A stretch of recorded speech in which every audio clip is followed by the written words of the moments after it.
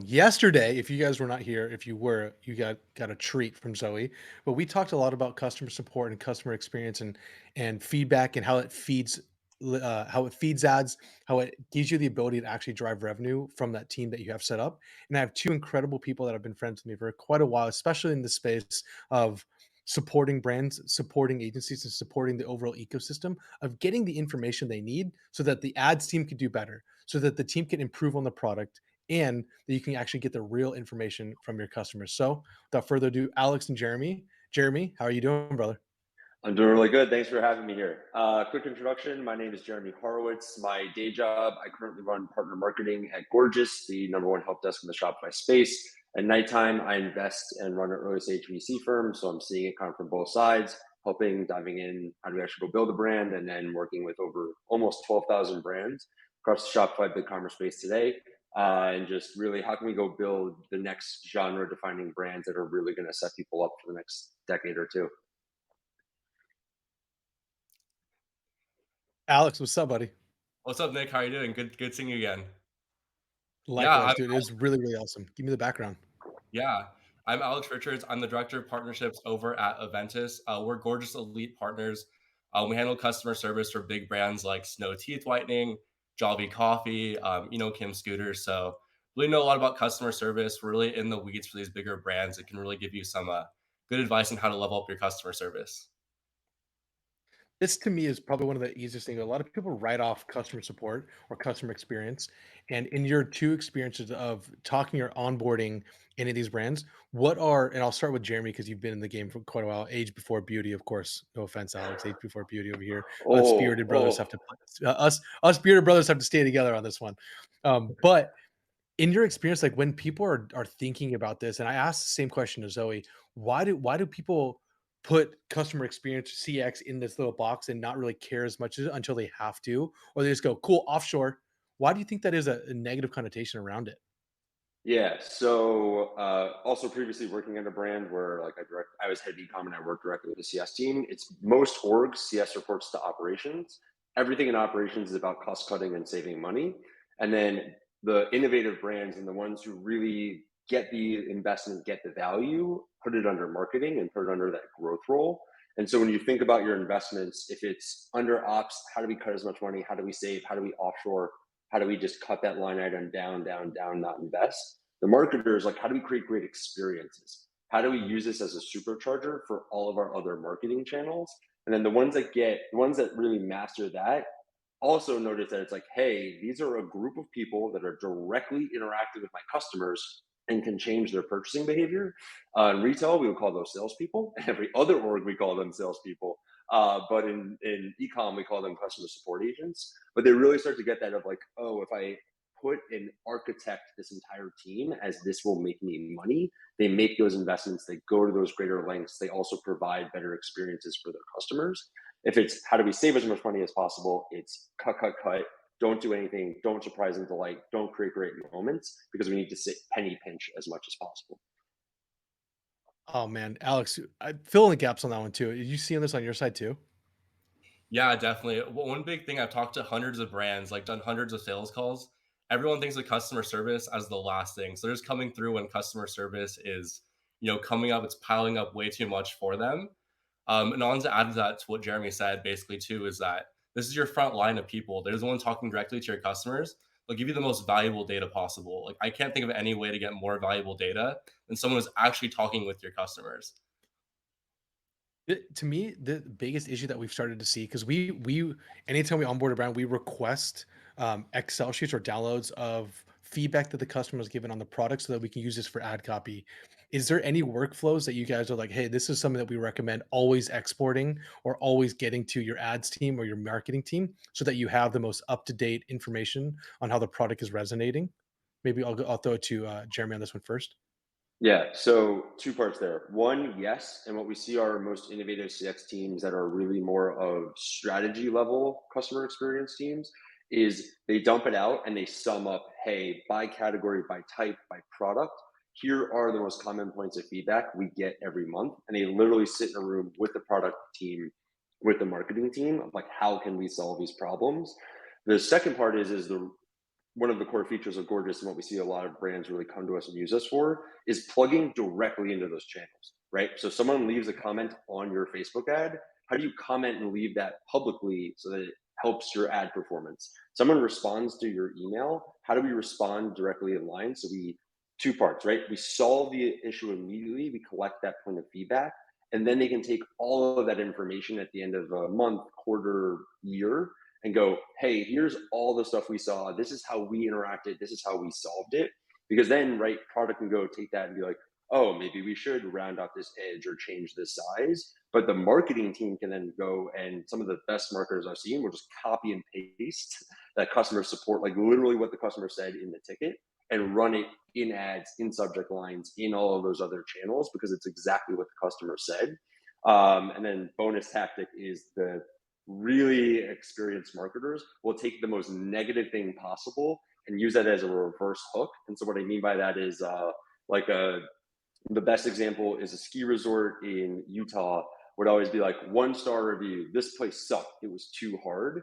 Ran that as an ad and it changed their entire business because they targeted people who wanted that really hardcore experience.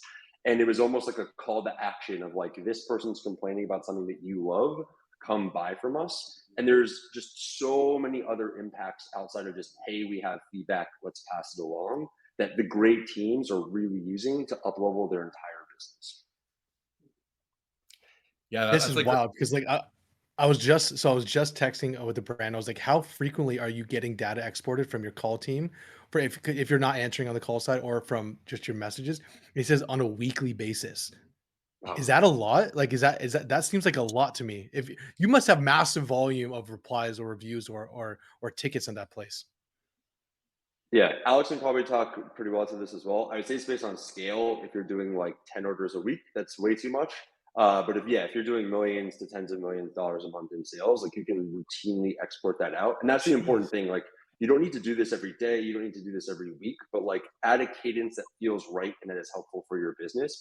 You can definitely scale this up and then you can cut up the data in many, many different interesting ways: product, customer segment, time of year, product launch specifically. Like there's all these different ways that you can really get granular with this data and be really helpful. Wow. Yeah, Alex, provide some more color on that stuff because I know you guys are at front lines on this stuff. Yeah, definitely. Like what Jeremy was saying, these larger brands, when you have so much data, it's an absolute gold mine of information. When people are saying the same thing over and over again, or even see like patterns and trends that start to emerge, like this product was great, or you have a lot of people saying things great about this product, you can really like narrow down into what people are saying and use that as what he was saying, ad copy or creative or create videos or just really, find out what is going on with your customers and really give them a message that really resonates with them. I had two questions that I actually wrote up for you guys, and something that I'm pretty curious on how you guys would take this. Are there any customer service policies or procedures that are solely optimized to resolve customer issues on the first reply? Alex, you're nodding. I Tons. think you want to run at this. Yeah, definitely. I think this is one of the biggest things we do when we work with new brands is that look at all of their operating procedures and we just look at how many of these operating procedures does it take 2, 3, 4, 5 responses to go ahead and resolve. That's one of the biggest things we do is just to cut down that into 1 or 2 responses. Like for example, the biggest one is like a shipping label. So if someone's coming through saying, hey, like I need to return this, and you say, oh, it's only eligible for return if you do XYZ, can really start to go back and forth over and over again. We really want to get that Yeah, narrowed down and have it, get solved on the first response. It cuts down the work too I for was the agent, for the brand, less busy work for everybody and everyone's happy. Jim. Is there anything that you're like, here's how to avoid it before it gets into a problem? You think?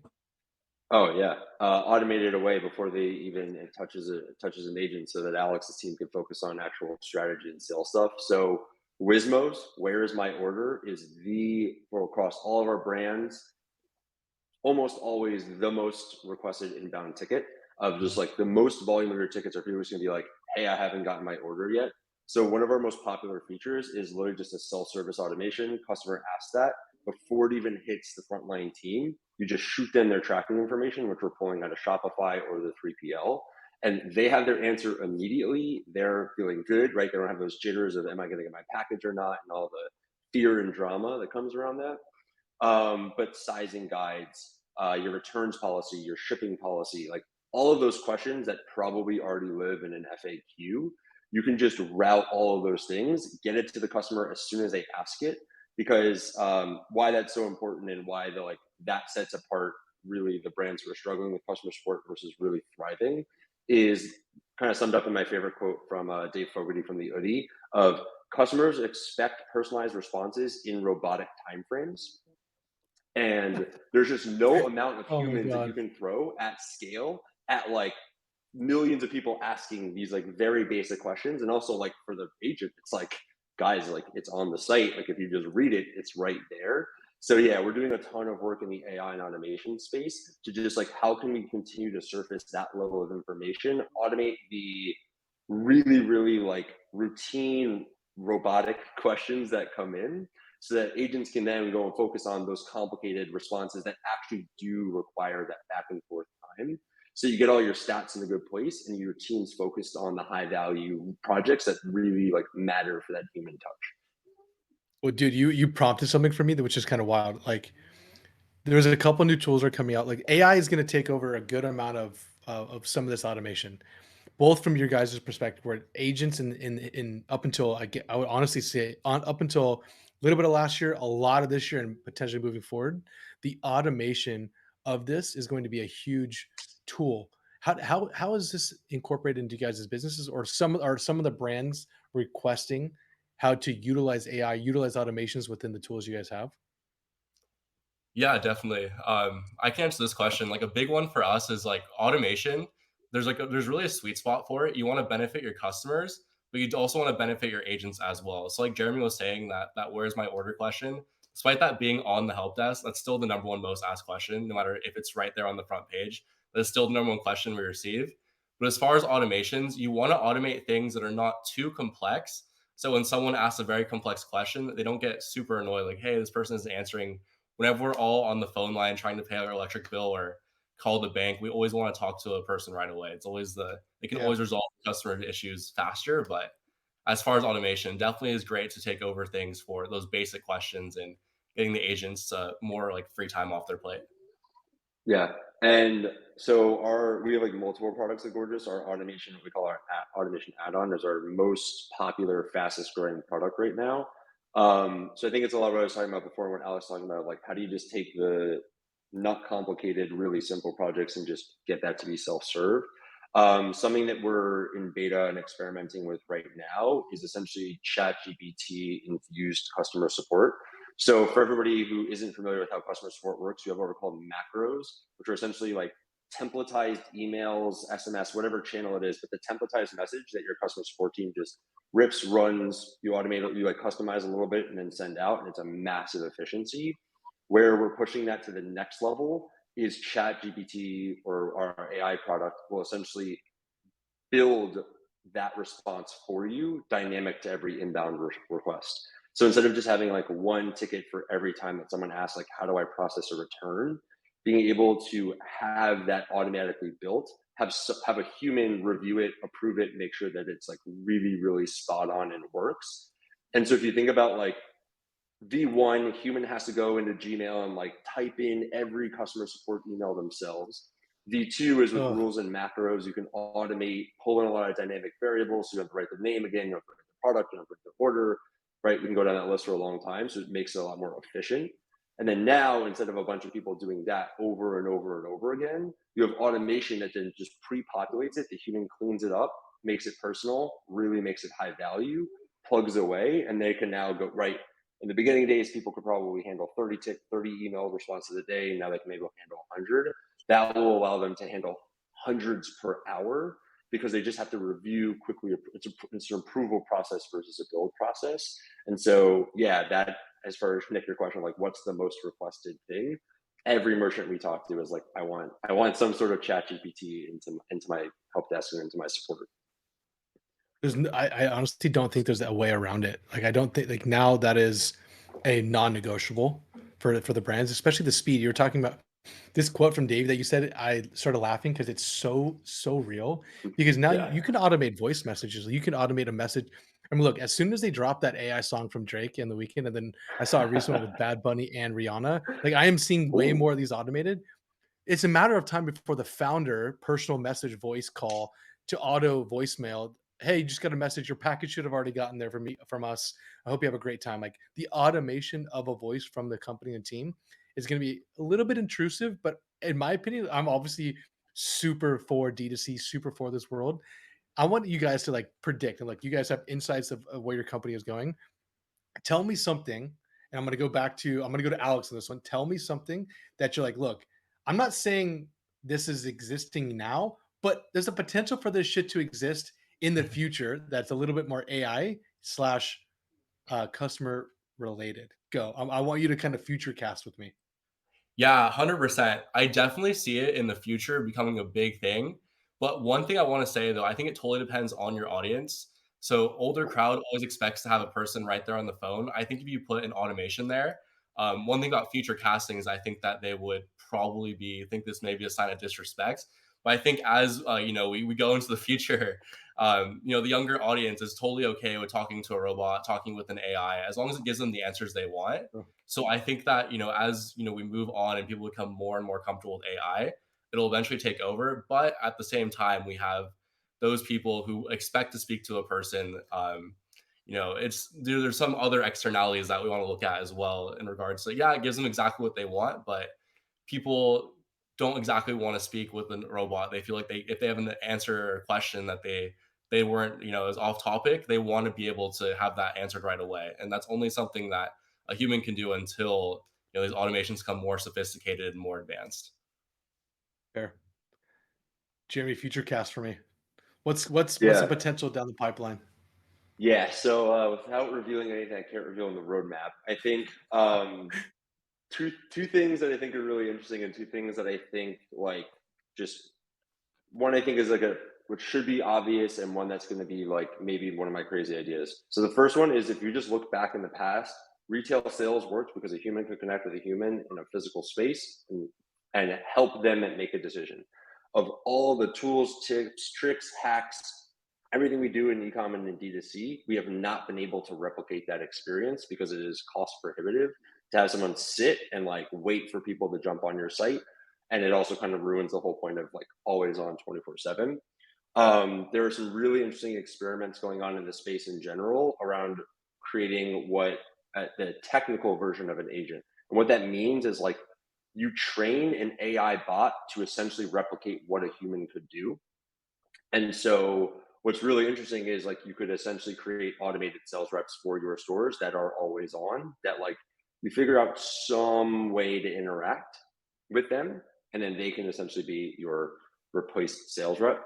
My second crazy idea is like at Gorgias, we sit on every customer interaction your brand has ever had, right? It's not Yeah. just that we're getting the information when someone makes a request, but like we tap into all the emails, we tap into all the ads, we tap into the site, we tap into basically everything that a customer has ever talked about and interacted with your brand. And so there's a lot of crazy, insane things that you can train a model to do based on, well, not insane, crazy, valuable things you can train a model to do based on all of those interactions. And um, yeah, like when you just think about it, it's a very long rabbit hole of new things and new experiences you can create because no human could potentially process all of that information. Do you think that if you were to sit there and I know you can't reveal like roadmap of stuff, is there something where you're like, people expect this to happen, but it actually will never happen? We just won't ever get there. Yeah, I think the easy thing that I hear way too much, and I wholly believe is wrong, is that we will ever automate CX out of a job. I hear this all the time, and I think the piece that all those people who are talking about have never clearly worked in CS, and like sat in a help desk and answered tickets. Is there's no amount of data training you can apply to the random off the cuff things that humans ask for and need, and you can automate a lot of the repetitive stuff out, but there is always going to be like human decision factor of like this person is saying this thing. I need to make a gut game time decision on this, like based on what I think is best, not based on like rules and automated outcomes and all those other things. Because I think Yeah. like for all the marketers out there also, right? Like that's the magic. Everybody loves talking about how like Chewy would send bereavement packages after your dog had passed.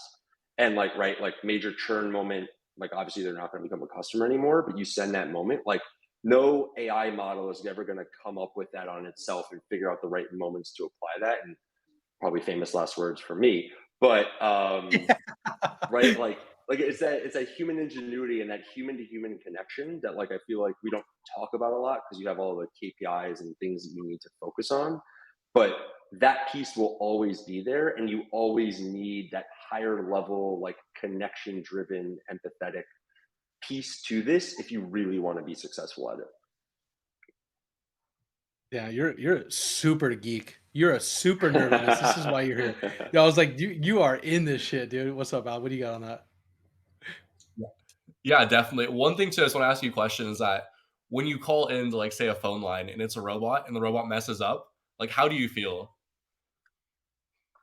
Okay, so this actually happened to me yesterday. So I was calling in. I was calling in to American Express because like I couldn't all the cards weren't loading up, and I was calling. I was like, please press 2 to talk to support, and I'm like I'm like pressing 6 numbers, and I was like, I just want to speak. When you like, please speak in or say what you need. Why don't they just give me that option right away? It's just click 1 through 3, and then from 3. I was so frustrated because it was something to do with my personal finances that I was like, I Mhm. don't want to. I want to talk to a person like you mentioned, human, or if anything, I'd rather go to chat, which American Express has incredible chat. But as soon as I pick up the phone to try and talk, and it made me punch in numbers to then get to where I was so frustrated. Yeah, that's exactly my point. Is that when a human being, has a mistake, you have empathy for them. You can really say, "Oh, that's fine. They're trying to do their best." But when a I see where you're going with this. you know what I'm saying? So like, if you have a customer with a high order value calling in and they get a robot and it pisses them off, did you burn that bridge with that customer forever? Like that's one thing that I want to think about. Whereas if a human burns that bridge, they can probably go back and get a manager or get someone else to answer that. But the robot, you're just gonna hang up and there you go. You have a bad reputation with that customer. It's done. Yeah, it's pretty Yeah, good. and Yeah, do you know what? Touche. Go on, yeah, go on, Jeremy.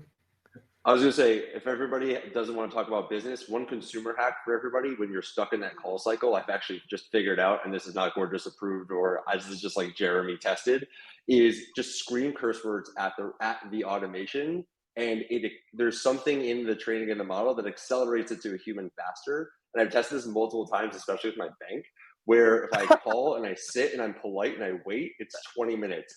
If I wait 2 minutes and I just start screaming obscenities into the phone, I know it's ludicrous and I'm for sure I actually sound like a nut job now, but it always works. I wait less than 10 minutes every time. Dude, so I'm just basically gonna be in public and just rip off a string of bleeps. Yeah. That's hilarious. Okay, so I have one core question. I think you both have a good answer on this one, but this will be the last one. If anybody has any questions on this too, we'll be closing this down a little bit. Jeremy, drop your email. Alex dropped his email. Drop into the main thread. But here's that first question: what's the best way to start setting up these automation flows? We're a smaller company with a two-person CX team and maybe get 100 to 200 customer service teams a week. Think that I'll throw that to Jeremy. Yeah. Yeah, so I can start here because this is actually like our sweet spot and where most brands come and use Gorgias. So you probably, if you're already here, you probably already know what the 3 to 4 biggest offenders are as far as like what is your volume, what do you need help on, what do you need to work with. The two things you always need to start with are create rules to route things really, really specifically. So let's just use Wismo, returns, and product defect as our three here, right? Anything that mentions returns, put into the returns folder. Anything that mentions Wismo, put it into the Wismo folder. Then create macros to specifically address the most common points brought up there. If you're using a help desk or a tool like a Gorgias, you can also just start to pull in dynamic variables. So it could be like, right, hi name, sorry that you had a problem with blah, blah, blah, pull in the exact product, pull in the exact function, pull in the exact component. That will automatically probably cut your team's time, I don't know, 20 to 30%. Second layer there is just then add in an automation product once you have that core foundational structure built. to just literally like go from the human response to it to the automation response to it. Once you have this, it's literally just a rinse, lather, repeat of what rises to the top. What are the most common things that we have to respond to over and over and over again? Rule, macro, rule, automation over and over and over again. And essentially that's like what the brands that at the scale of like even what we work with Alex and Aventus, they're doing that all the time and they're just continually adding and stacking that on. And then you'll find that everything just gets so much more efficient. You can start to capture data, you can start to capture baselines to then figure out how to really grow and scale your program as your business builds. Yeah, Oh, and Lauren too. context. Yeah, Yeah, Lauren go on. too. Oh, sorry. Oh, cool. You're good, Okay. bud.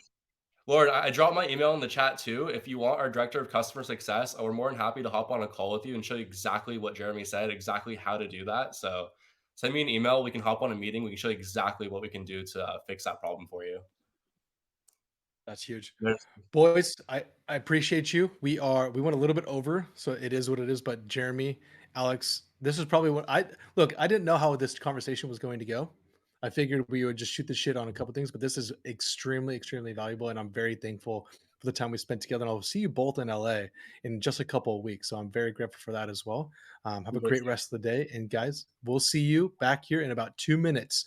Go ahead and grab a drink, grab a bite. We'll see you soon. Thanks everyone. See ya.